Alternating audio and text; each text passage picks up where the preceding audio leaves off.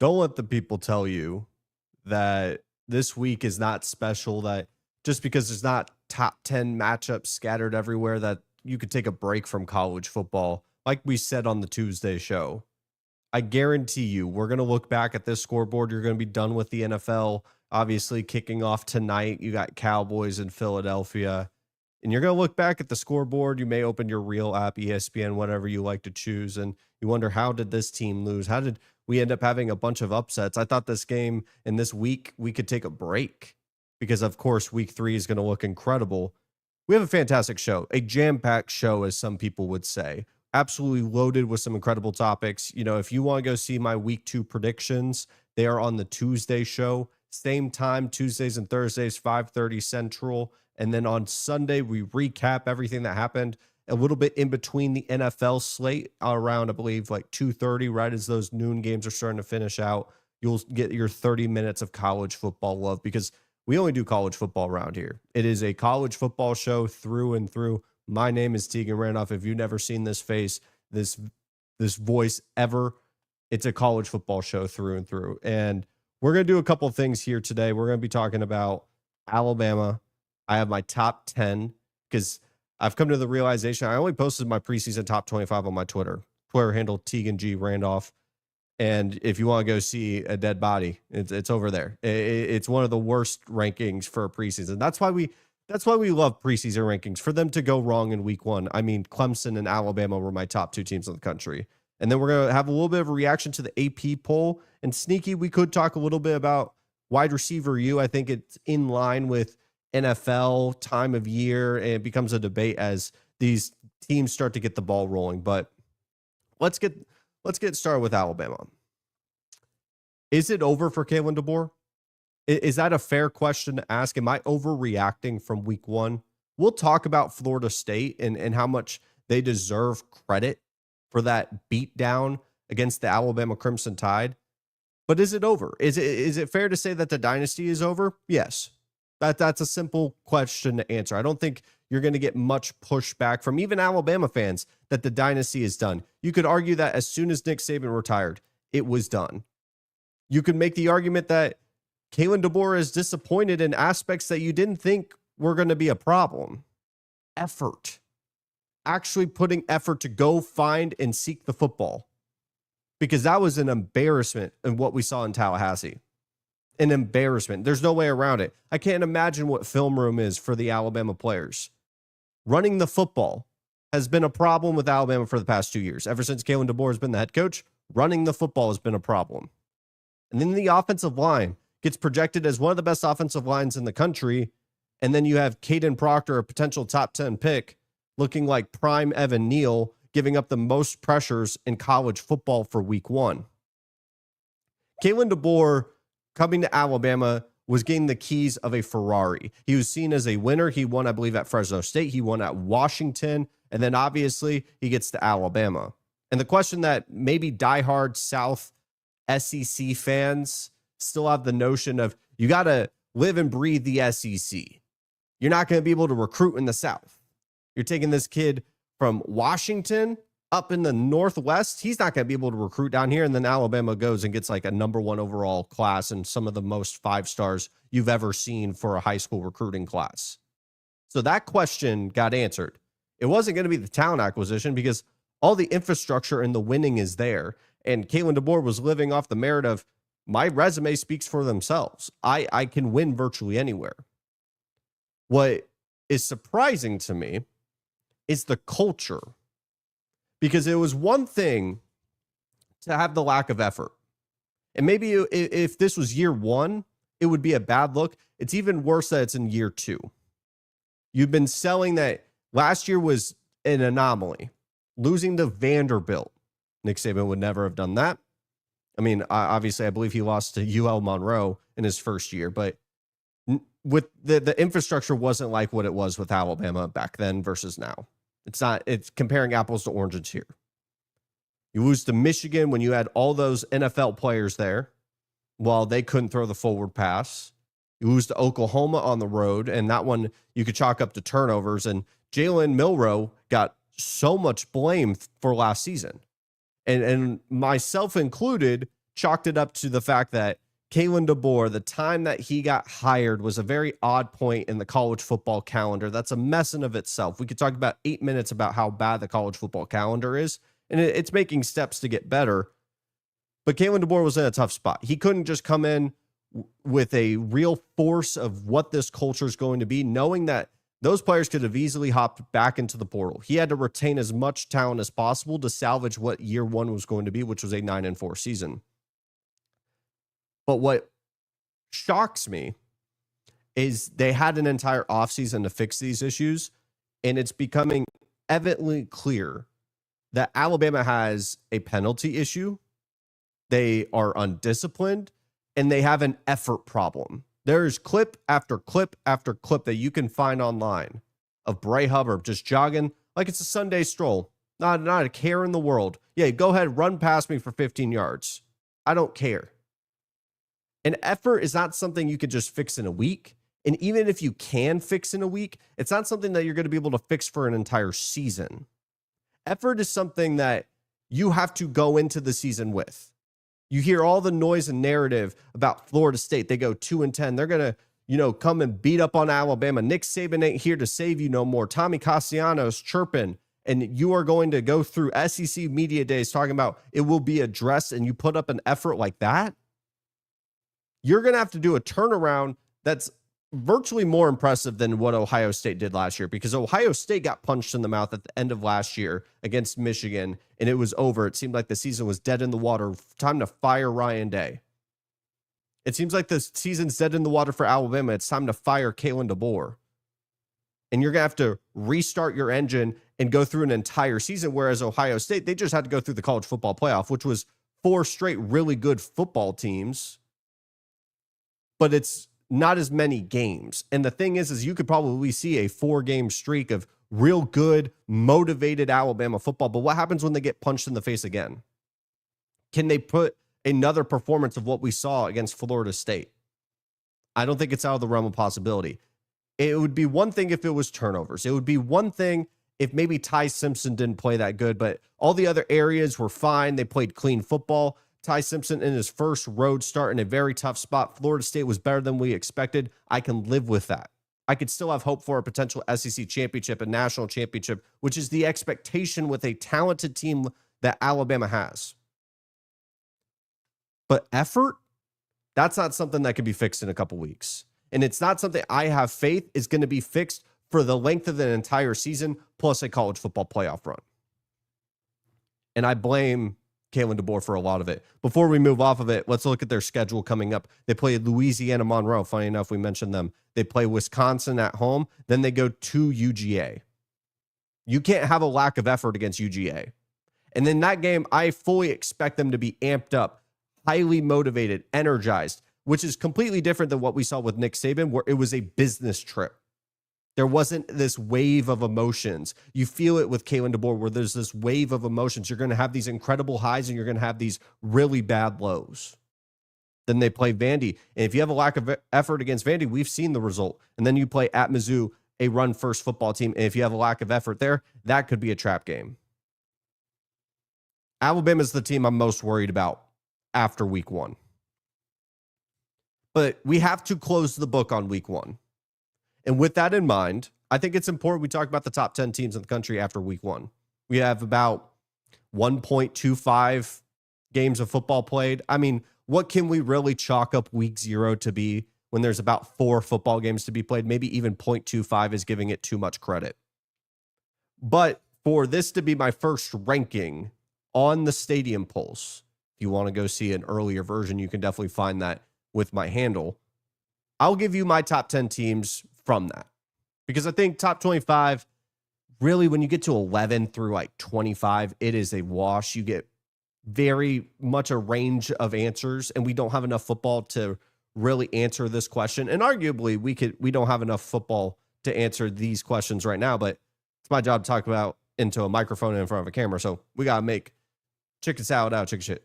Like, it just has to happen. Number 1, I had Clemson. Number 2, I had Alabama. Number 3, Penn State. Number 4, LSU. Number 5, Texas. Number 6, Ohio State. Number 7, Notre Dame. Number 8, Oregon, number 9, UGA, and number 10, Florida. Now, internalize that and understand that it was the preseason. Okay? I was really high on Clemson. I thought they had the most NFL-ready talent. They still have a lot of great talent. I overlooked the fact that Garrett Riley could be a terrible offense coordinator at times. Alabama, we just talked about them. I don't need to rinse and repeat that. We talk about the rest of these programs. Maybe I was a little bit low on Ohio State. I think that's fair to say, but you'll see where I put them in my rankings. So we'll get to that because I think it'll better talk about these other teams because the top two, egregious. And I'm also basing this off the fact of what my preseason rankings were and kind of working off of that. Because if I were to just all of a sudden say that none of those rankings matter, there's no point in making them. I can't base my week one expectations against what actually happened. So you'll see what I mean here in a second. I have Penn State as my number 1 team in the country. I think following week one, they're the most complete football team. I understand they played Nevada. We have the sample size that we do. But I think this team is fully prepared to go on a national championship run. They have the ceiling to do it. Just because you say James Franklin can't win a national championship doesn't mean, or just because James Franklin hasn't won a national championship doesn't mean he can't. It is a thing that can happen. You need to accept that. Steve Sarkisian can win a national championship just because he hasn't. It's the same thing we did with Ryan Day. It's the same thing we'll probably do with Dan Lanning and many other head coaches who have not won a national championship because the list of active national championship winning head coaches is quite limited. Number 2, I have LSU. LSU is a program that I was very high on going into the summer. I slowly faded away to the number 4 ranking going into the year. Problem was I was concerned about the offensive line, but Garrett Nussmeier looks so good. The 18 looks so crisp on him. Let's just talk about that. I'm a big proponent that numbers in the aura fit really does matter for a player. Like when I heard Matthew Golden was going to wear 22, boo, did not like that. When I hear Sky Moore is going to wear something in the 20s, maybe it was 20 if I'm remembering correctly, boo, don't like that. Your stock is tanked. When I saw the 18 on Nussmeier, it just worked. It was beautiful. It was fantastic. Ohio State at number 3. Ohio State right now on the AP poll is at number 1, and I get it. I understand, but if we're really looking at that game at face value, I think the reputation that Sark has on the offensive side of the ball kind of mars that a little bit, muddies the water a little bit on the performance that Ohio State's defense did, because it was fantastic.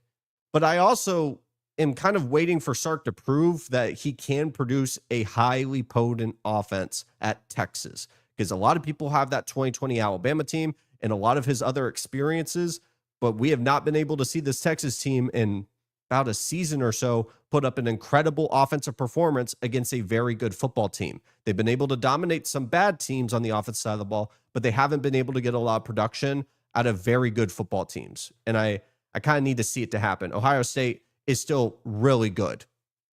Shocker to nobody. Which I have Texas at number 4. I get a lot of people want to drop Texas. And I don't deny that. And Texas basically gets a free month of football. If you don't know what I'm talking about, Texas gets to play San Jose State, Sam Houston State, and I believe UTEP. And then they go into a bye week before they have to play Florida in the Swamp. They're going to get this offense figured out. Now, will it be this 30-point outing against Florida? Probably not. But they're going to look better than what they did against Ohio State, and I feel pretty confident about it. I'm not one that's going to buy all the Arch Manning stock in the world because, frankly, because of the media and because of a lot of people who do this job have piped in noise that Arch Manning's going to be the greatest quarterback since sliced bread, since Tim Tebow. I'm talking about Paul Feinbaum. He was a little overrated. If anything, a lot overrated. But he's going to be able to run this offense at some point, and he gets a month to fix all of his problems. Number 5, I have Miami. Carson Beck looks incredible. He just looks great. It's hard to hate on what Carson Beck has been able to do this year. Obviously, just being 1 week, but he looks poised. He looks like he's having fun. He looks like he fits in this offense really well, which was something that we heard out of camp many, many times. The defense, the front seven, Ruben Bain just looks so good. He looks like the freshman version that we saw last year, a little banged up, did not look like himself. The dude was a problem against a very good Notre Dame offensive line. I definitely credit the front seven of Miami's defense more than I do trying to discredit the Notre Dame offensive line, which I think is still a very good unit. Which I have number 6, Oregon. Dante Moore looks great. Like a lot of these teams that didn't play anybody, I'm not going to drop them a ton just because one team played a good non-conference game and one team hasn't. We're too early in the season. I'm basically shifting up the teams that looked good and looked the part. We're going to go number 7 with UGA. I understand they played Marshall, but if this football team can run the football, they're a national title contender. They just are going to be a national title contender. They looked really good. This team looks like they're focused. The thing that I've been saying with UGA is if they are going to be a quarterback-centric program like they were last year, what was the notion last year for the entire offseason? Carson Beck is the leader in the Heisman race. Carson Beck looks incredible. The notion with Georgia should never be a quarterback-centric program, and it's not. What is the identity for Georgia? It's going to be running the football and playing damn good defense, and I think they're back. I also have Florida at number 8. Florida is so good, but they have such a tough schedule. They play USF. They go to Death Valley to play LSU. They go to Miami to play Miami, of course. Then they go into a bye week. Then they play Texas, and then they travel to Texas A&M. Did I mention they also have to play Tennessee, Ole Miss, and Florida State and Georgia for the rest of their schedule? Listen, guys, I'm not ranking them because of their schedule or their record. I'm ranking them based on how good I think these teams are. And I think Florida is that damn good. But their schedule, if they go 9-3, they should be a lock for the college football playoff. Number 9, I have Notre Dame. I think Notre Dame is very similar to the identity of what they had last year. CJ Carr looks a little limited, and I'll be very interested to see how he looks after the bye week, which a week 2 bye week. Come on, guys. Schedule makers, do better. But he's going to play Texas A&M. Mike Elko is going to have more of a grasp on that defensive side of the ball. I'll be curious on how he bounces back, and can he elevate this offense, or are they going to have a game manager situation very similar to Riley Leonard? And then I have Texas A&M at number 10 because I think Marcel Reed looks really damn good. The stat of the week, in my opinion, following week 1 was Texas A&M had 15 completions of 20-plus yards or more all throughout 2024 through 13 games. They had 8 against UTSA. If they can throw the football, we haven't even seen them be able to run the football effectively because they didn't run the ball that much against UTSA. If you mix those two up, you're going to have a top 10 offense in the country, and I think they're super talented. You could put a lot of teams at number 10. But that's my top 10. I would love to hear thoughts. I would love to hear any kind of reactions from this because I'm open to hearing other perspectives, but I'm not going to listen to Illinois being the 11th best team in the country because that's just not true, which we'll talk about the AP poll. But before we get to the AP poll, I want you to know that this is not the only channel pumping out this good of content. We're going to be the best college football show on the planet. I can promise you that. Are we that right now? The numbers don't show that, but we will get to that point because Kretschmann Media has put in incredible work across the board. There's so many shows. Dub's Room is a new addition. Go check that out. Dub, I've known for a long time.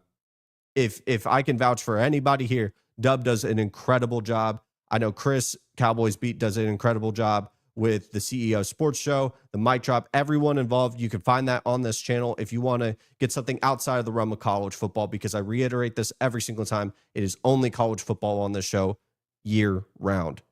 Let's talk about the AP poll. Now, the AP poll, I have a reaction to. I have a couple of reactions because I think the AP poll is ludicrous. I think the AP poll is out of their minds. I got the overrated and underrated teams for the AP poll. My overrated teams is going to be Illinois. Illinois is not the 11th best team in the country. Let's be real. They're going to lose to Duke this weekend. They're going to lose to Duke. This notion that we brought back all these players, the returning production, Luke Altmaier is back, we're just guaranteed to be this really good football team. Illinois is in rare air. They have not been in a position like this with this many expectations in a long time. I don't have faith that they're going to meet them. This team reminds me of an 8-4 football program. Arizona State, I think, is slightly overrated. I think they're not the best team in the Big 12. And the team that's on my underrated radar, Utah. I think Utah is a better football team than Arizona State. Now, Kenny Dillingham's one of my favorite head coaches. They're on upset alert for Mississippi State. That's just the truth. They're on upset alert. Traveling to Mississippi State, those bells, they'll be ringing in your ear. I can guarantee you that. They are on upset alert. I think Ohio State's slightly overrated. That's just because I don't see them as the number one team in the country. I see Penn State as a better football team because as much as their defense looked incredible against Texas, and we've talked about it today that maybe Texas's reputation is a little bit better than their production against good teams, but Penn State has an incredibly good defense, and I think their offense and the continuity there is way more proven than Julian Sayin, Peoples, Jeremiah Smith, Carnell Tate. It's not like they're in a major gap in between the two. I still have Ohio State as a top 3 team in the country, but by definition, if I were to say this team's overrated, you should always ask the question, well, what are they rated? And because they're the number 1 team in the country, I think they're slightly overrated. South Carolina is another program that I think had an incredible fourth quarter against Virginia Tech. But they also had three little not great quarters. Sellers still has some weaknesses. I'm still curious on outside of Nick Harbor, aka DK Metcalf 2.0. What do they have in the receiving game? Because I think there was a lot of moments where Virginia Tech had a chance to really take a grasp of that football game, but Kyron Drones does make some very inaccurate throws. Their defense did have some really good moments, so I won't deny that, but I still think South Carolina, not to be the top 10 team in the country. I think that's being very heavily favored into what Lenore Sellers has. For underrated programs, like I said, Texas A&M is the top 10 team in the country for me. They're at number 19 on the AP poll. I just think the identity that Texas A&M has is something that you can really take home to the bank and trust. And if they elevate to another level in a sense that they have another gear in the passing attack, because that's not what I expected from them. I expected Le'Veon Moss, Amari Daniels, Reuben Owens, and Marcel Reed to put up the most potent rushing attack in the country, not just SEC, in the country, more than Penn State. And obviously, Le'Veon Moss coming off of an ACL tear. They're definitely being a little bit conservative in their playbook and their play calling, knowing that Notre Dame, A, has a bye week, and they'll play them in week 3 on the road. It wouldn't shock me if they play Utah State very light. But if their defense also takes a step, which I like some of their secondary pieces, I think A&M is a little underrated. Florida State. I'm going to stick on this one for a little bit. Florida State should be ranked higher than where they are right now. Truthfully, I think people are being conservative with how much they hype up Florida State. Because if you forgot Alabama was a national title contender in my eyes, I then should have Florida State very high. Because not only did they beat Alabama, they beat down Alabama. They made it definitive. That game for moments felt like it was dead in the water because Florida State would get 2-3 yards of push against a very talented program. Alabama has everything available at their disposal to be one of the best programs in the country, but Florida State out-effort them, put in the work, and had one of the most creative play designs in the country. Shout out to Gus Malzahn and Tommy Castellanos. Obviously, this team may not go undefeated, but we've been able to see a Mike Norvell team be a top 10 team in the country. Why wait? In my eyes, they beat my number 2 team in the country going into the season. Why should I wait and not have them virtually on the edge of a top 10 team in the country? I understand they got shot up to number 14. I still think that's a little bit underrated. Also, Utah. I think Utah being at 25, if they got an elite quarterback, Utah's going to be the best team in the Big 12. You know their defense is going to be good. You know their offense with the offensive coordinator change that has also played with Devin Dampier. If you do not know about Devin Dampier now, you got to get to know him at some point because that dude's going to be a star and they could be potentially playing in AT&T Stadium for the Big 12 title game. Everyone wants to talk about Kenny Dillingham and how good TCU is and mention TCU. I think TCU should be ranked. I understand North Carolina wasn't that damn good of a football team. I think TCU was borderline a top 25 team going into the season. And with how well they played and how much push they were consistently getting in both the rushing attack and the passing attack, Josh Hoover looking like a top 10 quarterback in the country, TCU should be in conversations to be potentially a top 25 team in the country, a college football playoff contender, because their offense looks incredible. And if that defense takes a leap, I get it. It's North Carolina. It's more to say I think TCU looked really damn good. And the last team, I still think USC should be top 25. I think USC still is going to shock some people. I love the fact that the notion and narrative around USC is so quiet. No one's talking about USC right now. No one's talking about them because they didn't play anybody. Jaden Mayava threw the ball around. They had a bunch of points. It's Lincoln Riley. It's just what kind of happens. But if they can sneakily keep pushing the narrative that they're going to be underrated, I'm going to buy more stock. Just keep them low, and then they're going to go play Illinois, and I think they go beat Illinois, and that's when the train happens. That's when everything moves forward and the hype begins, because they have 2 first-round picks, arguably, with Mekhi Lemon and Jacoby Lane, and Jay Mayava can just be a point guard. They have a lot of guys on that team that people aren't talking about enough. I really like USC this season. We're running out of time. We'll talk about wide receiver U, I think, on the Sunday show, because, like I said, be on the lookout for week 2. Week 2 is still going to be a week that you need to have a pulse on, because there's a lot of great games. Go watch the Tuesday show. We broke down a lot of these games. Keep a pulse on them, but we're going to run out of some topics. We're going to run out of some things unless some crazy things really do happen. And I'm projecting something to happen. We'll talk about wide receiver U, because I do think that'd be a fun topic of discussion, talking about Ohio State, LSU. Alabama has an argument. They do. Don't forget about Alabama towards the late of the 2020s. They also get Julio Jones. But with that in mind, that was the Stadium Pulse. Thank you guys so much for today's show. I will see you on Sunday when we recap week 2 and talk some more college football, because that's all we do around here. I'll see you then.